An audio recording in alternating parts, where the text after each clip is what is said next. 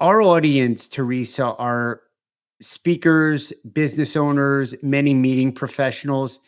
Many, not all, but many of our listeners, our subscribers, and our viewers are women, women who are at different stages in their career.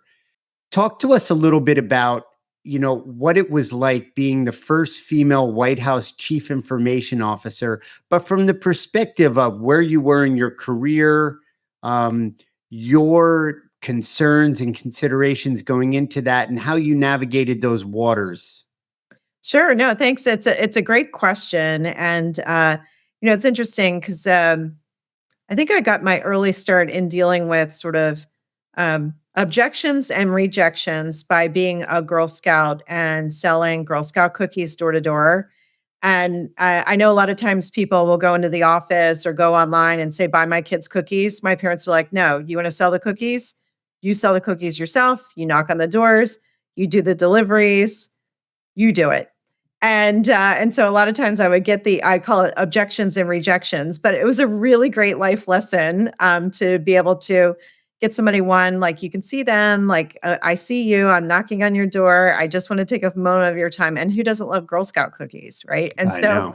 dealing with sort of objections and rejections at a very early age, I think sort of set the stage for me once I got into the workplace. When I did encounter sort of those objections and rejections, to be able to say, well, hey, wait a minute. Don't we all love Girl Scout cookies? Or, hey, wait a minute. I've got some knowledge here I want to share, or some skills I want to share. And so I'm not going to take no for an answer. So I think that's the way I approach a lot of things in life, is to just say, if I've got something to offer here, and I'm a faith-led person. So if I feel like I'm called to be here and I'm supposed to make a difference, even if there is an objection or rejection, I'm going to keep at it, and I'm going to figure out how to make sure that all of us are successful in the process.